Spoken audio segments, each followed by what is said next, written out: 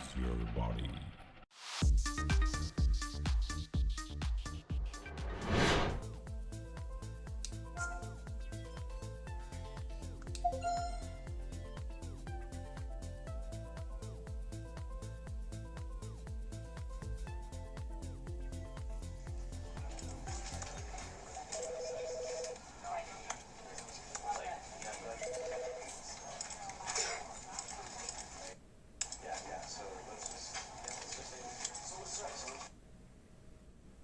This is the story of a man named Stanley. Stanley worked for a company in a big building where he was employee number 427. Employee number 427's job was simple. He sat at his desk in room 427 and he pushed buttons on a keyboard. Orders came to him through a monitor on his desk, telling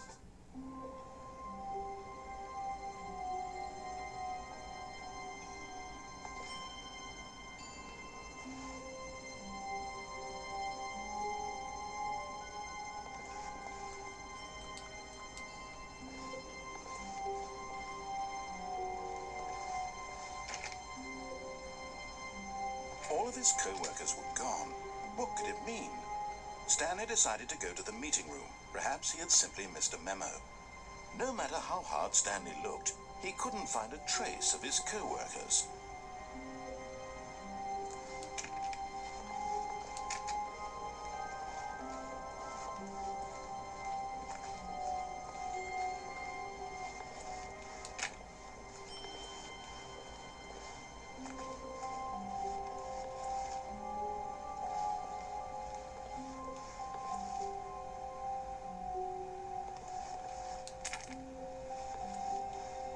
When Stanley came to a set of 2 open doors, he entered the door on his left.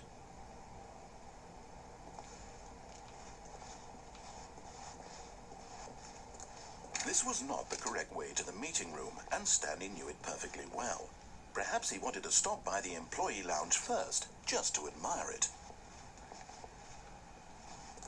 Ah, yes, truly a room worth admiring. It had really been worth the detour after all, just to spend a few moments here in this immaculate, beautifully constructed room. Stanley simply stood here, drinking it all in. But eager to get back to business, Stanley took the first open door on his left.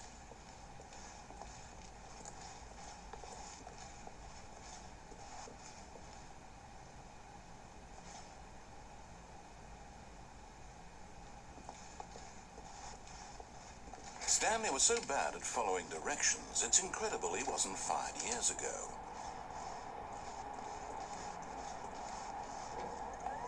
Look, Stanley, I think perhaps we've gotten off on the wrong foot here. I'm not your enemy, really, I'm not.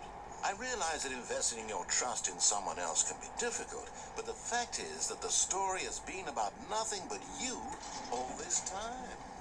There's someone you've been neglecting, Stanley. Someone you've forgotten about. Please, stop trying to make every decision by yourself. Now, I'm not asking for me, I'm asking for her. This is it, Stanley. Your chance to redeem yourself, to put your work aside, to let her back into your life. She's been waiting.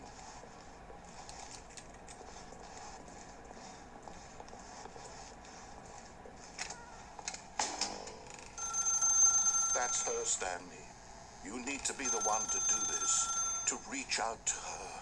If you can truly place your faith in another, then pick up the phone.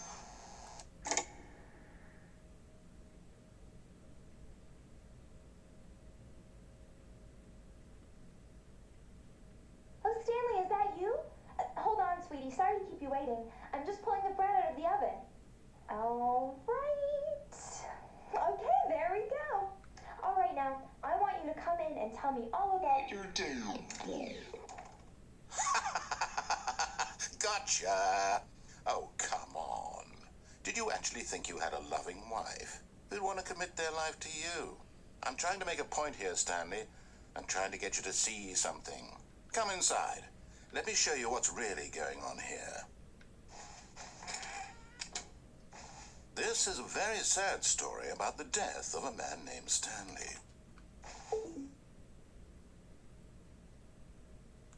Stanley is quite a boring fellow. He has a job that demands nothing of him, and every button that he pushes is a reminder of the inconsequential nature of his existence.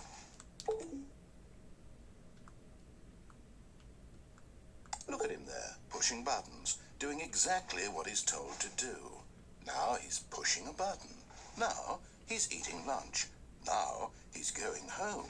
Now he's coming back to work. One might even feel sorry for him, except that he's chosen this life.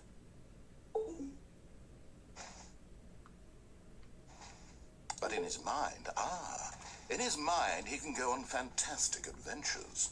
From behind his desk, Stanley dreamed of wild expeditions into the unknown, fantastic discoveries of new lands. It was wonderful, and each day that he returned to work was a reminder that none of it would ever happen to him. Suppose I can't, not in the way I want him to.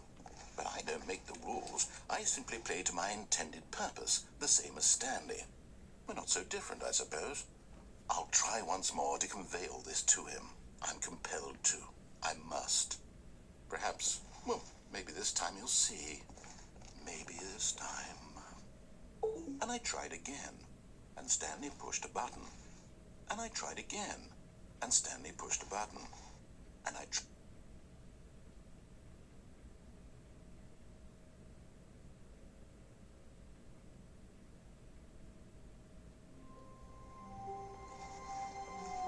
all of his co-workers were gone. What could it mean?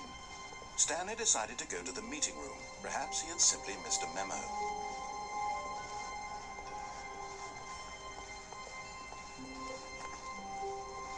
When Stanley came to a set of 2 open doors, he entered the door on his left.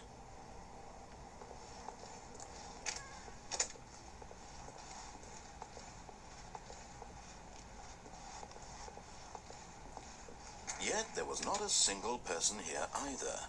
Feeling a wave of disbelief, Stanley decided to go up to his boss's office, hoping he might find an answer there.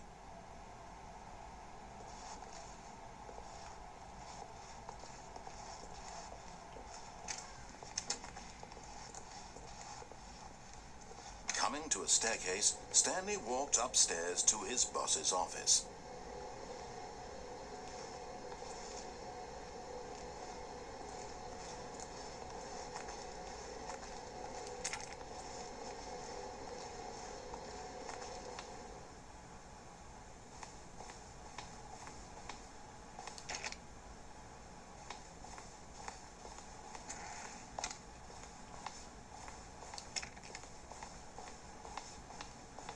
Stepping into his manager's office, Stanley was once again stunned to discover not an indication of any human life.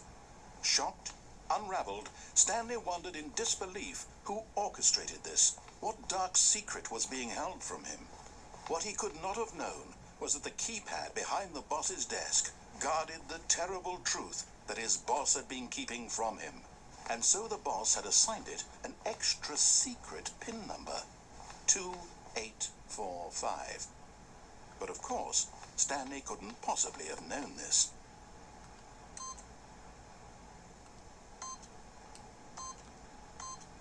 Yet incredibly, by simply pushing random buttons on the keypad, Stanley happened to input the correct code by sheer luck.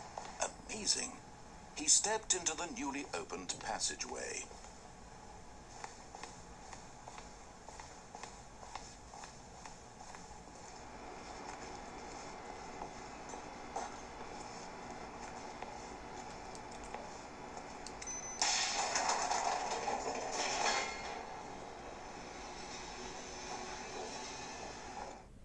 Descending deeper into the building, Stanley realized he felt a bit peculiar.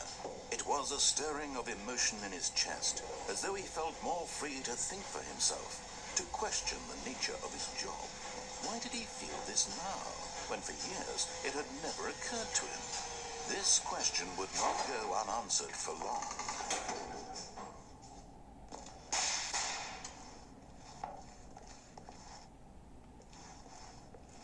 Stanley walked straight ahead through the large door that read Mind Control Facility.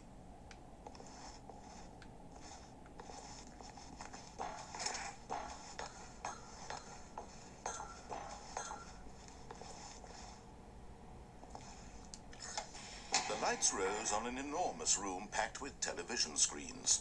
What horrible secret did this place hold? Stanley thought to himself. Did he have the strength to find out?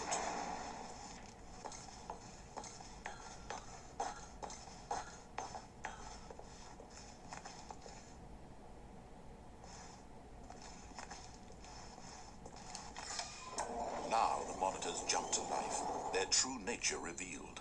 Each bore the number of an employee in the building, Stanley's co-workers. The lives of so many individuals reduced to images on a screen, and Stanley, one of them, eternally monitored in this place where freedom meant nothing.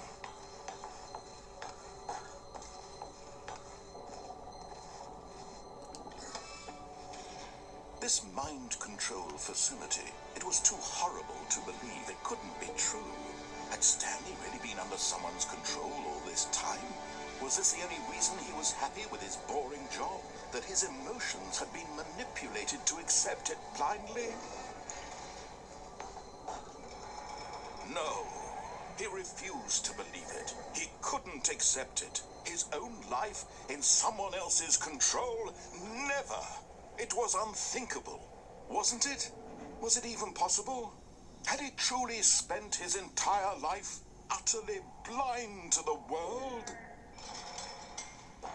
But here was the proof. The heart of the operation. Controls labeled with emotions. Happy or sad or content.